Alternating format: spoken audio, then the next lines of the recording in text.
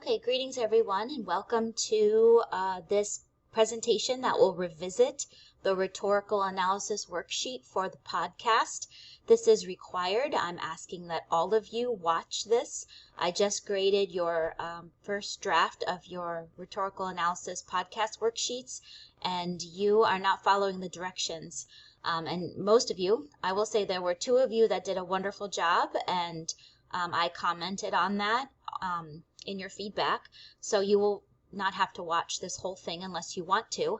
But for most of you, it seems like you don't understand exactly how to use that worksheet to plan your podcast, and there were all levels of interesting takes on that worksheet. So because of that, I want to go over it in detail and make sure that everyone has time to watch this, process this, and redo a draft of their worksheet so that tomorrow's conference is as helpful and productive as possible.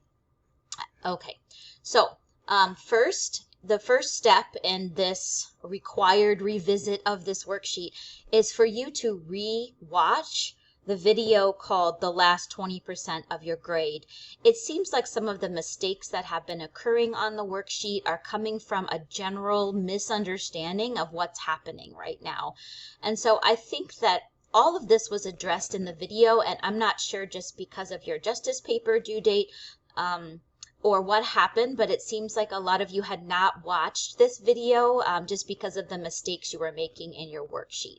So it's located in weeks 14 through 16 under the folder The Last 20% of Your Grade, and it's under General Instructions. So please go there first. I think that once you watch this, a lot of you will have the experience of going, oh, now I get it. If you don't, there's going to be a whole explanation after this so that you can keep listening if you still have questions. Okay, so there's a couple slides to note. There's 3 slides in particular that I want you to pay attention. First, the one that describes what the podcast is. It also gives you your thesis choices. You have a few choices for your thesis, so I should see one of those on your worksheet. Next, how you'll get there. Make sure you listen to this. I generally go over the worksheet at this point, but during the advice, I cover a lot more of it.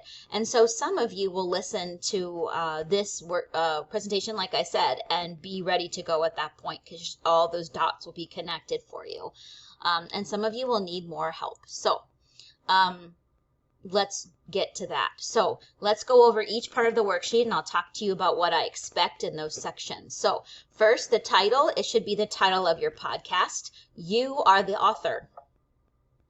Next, you need to consider the goal. All of you should have the goal of mood, right? Because actually everyone has a mind goal. All of you are trying to change the audience's mind. You're either trying to convince the audience that Adnan is guilty. You're trying to convince them to think that he's innocent. Maybe you're just trying to convince him, you're going to take Sarah's side, that he's not guilty, which means you're not sure. Okay, so everyone has a mind goal, which means you must also have a mood goal. So if you are trying to say that Adnan is guilty, you're going to want people to remember the horrific crime that happened to Hae Min Lee. And so you'll probably try to get them upset and angry that this young girl's life was taken from her, so that you can then and then you'll probably want to highlight all of those character things about Adnan so that you can convince them that Adnan is guilty. If you're saying he's innocent, then the mood is going to be anger over the amount of time Adnan has been in jail. He's been in jail over half his life. His father has died. This is all very sad, and he's maintained his innocence the whole time. And so then you're going to try to change the mind that he is innocent. Now, you are only going to have a goal of willingness to act if you're asking for something. Remember, willingness to act goes with a claim of policy. It is deliberative rhetoric. So the only way you're going to have this is if you're asking for something. Adnan should get a new trial. That would be a change in policy. So that's a willingness to act goal. Okay? So please make sure you understand this part and fill it out correctly. Next, your claim. I gave you choices. Your claims are your thesis statement. Adnan is guilty. Adnan is innocent. Adnan is not guilty. And that's basically the I'm not sure option, because if you're saying he's not guilty, you're not saying he's innocent, right? You're just saying, well, I don't know, but there's not enough evidence, so he's not guilty, right? And so those are your choices. That's what should be written here. And then remember that those are going to be claims of value. They're opinions, which means that you're mostly going to focus on demonstrative rhetoric, okay? And so those are the circles you should be looking at. Now, if you have a goal that was willingness to act, you also have a policy claim and deliberative rhetoric. So Adnan is innocent, therefore he needs a new trial. That is a claim of value and a claim of policy. So you would have both of those things. All right. Next, ethos. Ethos is your ethos. You are the author. How are you going to make yourself credible in this podcast? What have you done that enhances your credibility? Part of that credibility, please remember, is also in presentation. It's in how your visual appears to the grader. That's me. I'm your audience, right? It's also how you speak in your presentation. If you ramble on and on and on and aren't organized and you don't make clear points, that's an ethos thing. That would impact the way I'm viewing your credibility. So ethos has to do in delivery, it has to do in appearance, and it has to do in how knowledgeable you are of your sources and how you present your information. Also, your background. What's your background? Why are you qualified to make this podcast? All of that is your ethos. So I should see nothing in here about Adnan's character or Sarah's character. You should only be addressing your character. You are the author.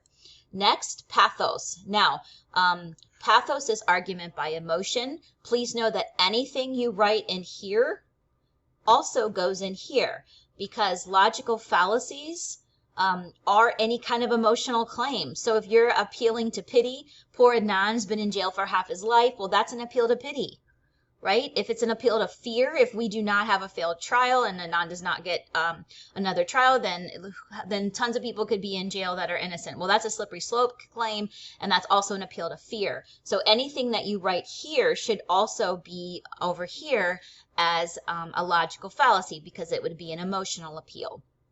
So you should have lots of ways that you're going to manipulate the emotions of your audience.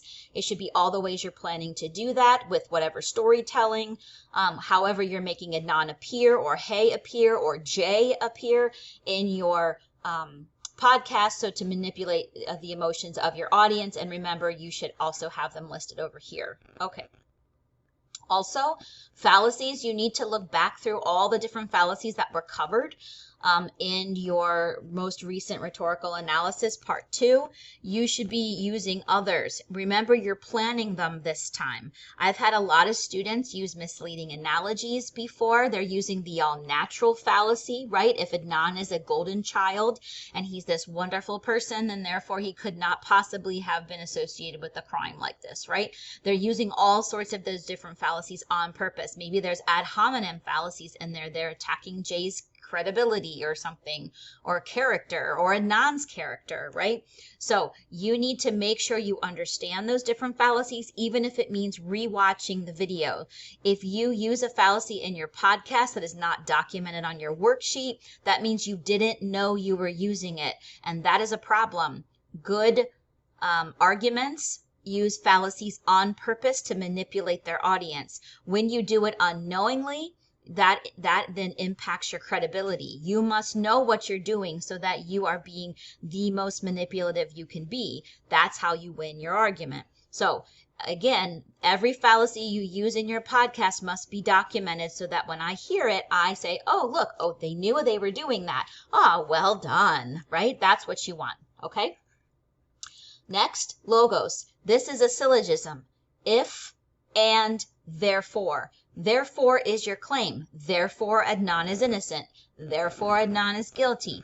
Therefore, Adnan is not guilty, right? Like, you need to remember that. So remember, too, that when you look at your major and your minor premise, that guilt in a murder trial must be proven beyond a reasonable doubt. That'll have something to do with your if and your and statements. So I want you to try this, and we will go over the logo statement tomorrow in your conference. Hopefully that's enough guidance for you. But again, if and therefore is your claim. Okay.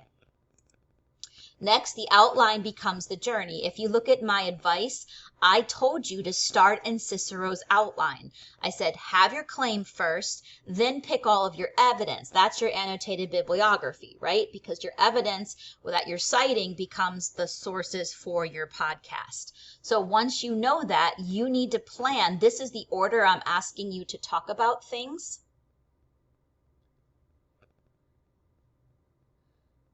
This is the order that the Screencast-O-Matic paused, and so if there was a weird glitch here, hopefully that it's okay. Again, I want you to remember that this is the order you should talk about things. How are you introducing? Are you using a story? Then your intro and your narration are together. The division then is looking at, some people think that Adnan is guilty, some people think he's innocent, but I'm going to go through all this evidence and show you what the right way to think is, right? That's your division. Your proof is in all of your sources. I'm going to cover the refutation in a minute, and your conclusion should be your claim. This is an inductive presentation. Your conclusion is your claim. Once you've done that, then it's really easy to just kind of translate what you have here into the journey, because then that's the order that you're going to talk about things. You can get a little more specific in here, especially when it comes to your proof. You can talk about the proof in the order that you're going to do it. Like first I'm going to talk about cell towers, then I'm going to talk about like whatever you've decided to use as your research. Okay. And then the counter argument. I covered this in that advice part, right? If you're saying he is innocent, then the people that are disagreeing with you are the people that think Adnan is guilty. So your counter argument is, some people think Adnan is guilty. Are you going to concede? Are you going to say, well, yeah, it is kind of fishy that Jay threw him under the bus for all of this. Maybe he's involved in some way, but, and then you turn it, and that's your refutation. So counter argument is the people that think differently than you do.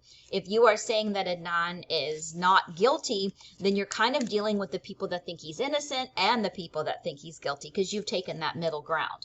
Okay, so make sure you understand how to fill this out. Next, you're done. You should be done with the worksheet at this point. So I hope that this was helpful. Again, I'll know if you watch this by how much improvement there is in your draft of your rhetorical analysis worksheet. All of you, except for 2 people, need to turn in draft 2. You will know that from your feedback. And if you have any questions about that, you can ask in your conference tomorrow. I look forward to talking with you. It's really important we get all of these sections figured out so that your podcast is the best outcome and you get a really good grade. So that's what we're working towards. Please let me know if you have any questions before your conference, and I'll see you tomorrow.